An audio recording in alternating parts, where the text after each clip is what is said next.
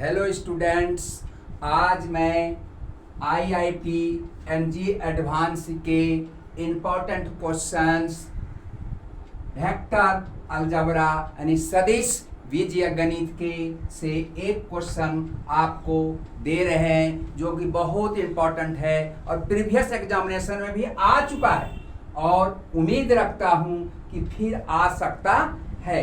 इसका क्वेश्चन है ये मेरा, find the angle between two vectors A and B with magnitudes √3 and 2 respectively and such that AB into B बराबर √6। अब इस क्वेश्चन को हम आपको सॉल्व करेंगे। दो वेक्टर्स दिए हुए हैं, दो लाइनों का, दो straight lines between their two angles यहाँ क्वेश्चन में दिया हुआ है। The angle between two vectors मैंने दो के बीच जो वेक्टर है ए और बी जो है उसके बीच का जो कोण है वो क्या होगा ये बता रहा है। अब इसे सॉल्व करना है। वी नो मैंने हम लोग जानते हैं, क्या जानते हैं? अगर हम लोग वी नो मैंने हम लोग जानते हैं, क्या जानते हैं? That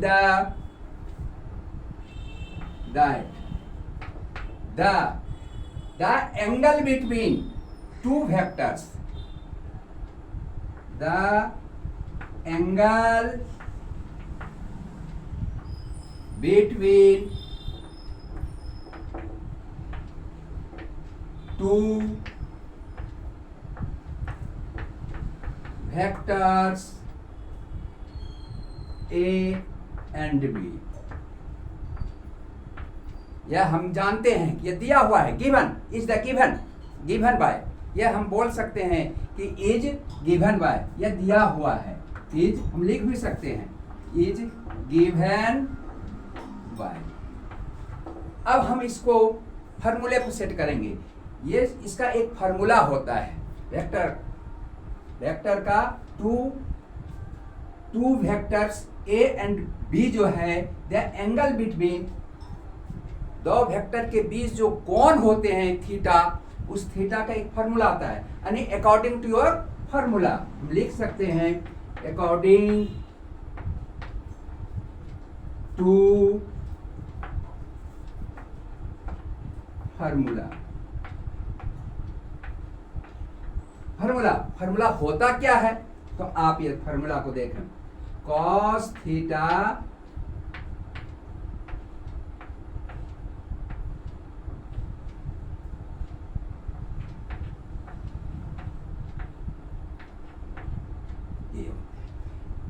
cos theta is equal to two vectors into है and two vectors A and B, यह फॉर्मूला होता है।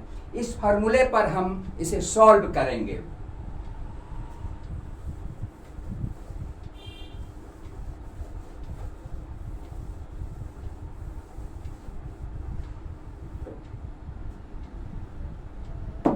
सॉल्व करेंगे। अब इसे सॉल्व कैसे करेंगे ये आपको दिखाते हैं हम। cos थीटा इजिकल टू, ये देखिए दिए हैं और ए वेक्टर्स। अब हमें यह दिया हुआ है क्या? यह रूट और ये रूट दो है। यह हमारा 6 मैग्नीट्यूड फैक्टर दिए हुए थे, √6। ये हमारे दिए हुए हैं √3 और 2 दिया हुआ है। अब इसे हमें सॉल्व करने हैं। अब कैसे सॉल्व करें? अब यह 6 है तो 6 को हम 3 मल्टीप्लाई √2, 3 रूट मल्टीप्लाई 2 रूट्स। या आपको मालूम होगा कि बेसिक्स और एक्सपोनेंट्स यानी पावर के मेथड्स के आधार से मालूम होगा यह फार्मूला। इस तरह से जोड़ने से हम अलग कर सकते हैं, फिर इसको जो है हम अलग कर करके एक भी कर सकते हैं। अब यह रूट हमारा नीचे दिया हुआ है, मल्टीप्लाई 2 है। अब इसे सॉल्व करना है। अब इसे सॉल्व करने के लिए अभी आपके सामने देखिए, यह √3 कट गया, बच गया कौन, √2 और 2, ये भी कटेगा, लेकिन कैसे कटेगा ये आपको बता रहे हैं। कभी भी दो √2 गुना √2 इक्वल टू 2 के वैल्यू के बराबर होते हैं, इसलिए इस √2 को अगर हम इसे काटते हैं तो एक रूट बच जाता है। अब रूट बच गया तो cos थीटा बराबर 1/√2 होगा। अब आपको मालूम होगा टेबल, एक टेबल होता है 0 degree, 30 degree, 45 degree, 60 degree and 90 degree का वैल्यू दिया रहता है।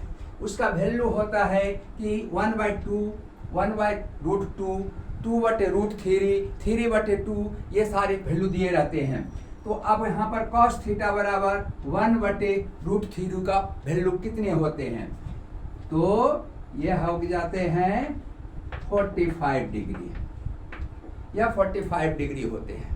तो जब ये 45, तो थीटा बराबर क्या हो गया, थीटा निकालना है हमें, काहे कि angle between the two vectors लिखा हुआ था, तो ये थीटा बराबर cos 45 डिग्री यह हो गया। अभी रिजल्ट नहीं हुआ है, अभी आपको और इसको फैक्टराइज कर करके निकालना है, क्योंकि अब 45 डिग्री जो है इसको हम कैसे लिख सकते हैं, तो इसे हम लिख सकते हैं cos π/4। क्यों भाई π/4 क्यों लिखें, प्रश्न उठ सकता है। तो प्रश्न इसलिए उठ सकता है कि पाई का वैल्यू हमारे 180 डिग्री होते हैं, यह तो आप लोग को सभी को मालूम ही है। और नीचे जब हमने 4 दिए तो 180 में हम 4 से डिवाइड कर देंगे, जब इसे हम काटते हैं तो 45 डिग्री, तो यह हमारा 45 डिग्री इज इक्वल टू हमको cos π/4 डिग्री π/4 भी लिख सकते हैं। अक्सर कंपटीशन एंट्रेंस एग्जामिनेशन में यह 45 की डिग्री न दे करके π/4 ही देते हैं, जिसके कारण स्टूडेंट कभी कभी कंफ्यूज में बन जाते हैं, लेकिन ऐसी बात नहीं है। टेबल जिसे याद रहेंगे वह इजीली पूर्वक इसे सॉल्व कर करके तुरंत समझ जाएंगे कि π/4 का मान वैल्यू कितने होते हैं। आपको हमने ये भी समझा दिए कि कैसे आते हैं।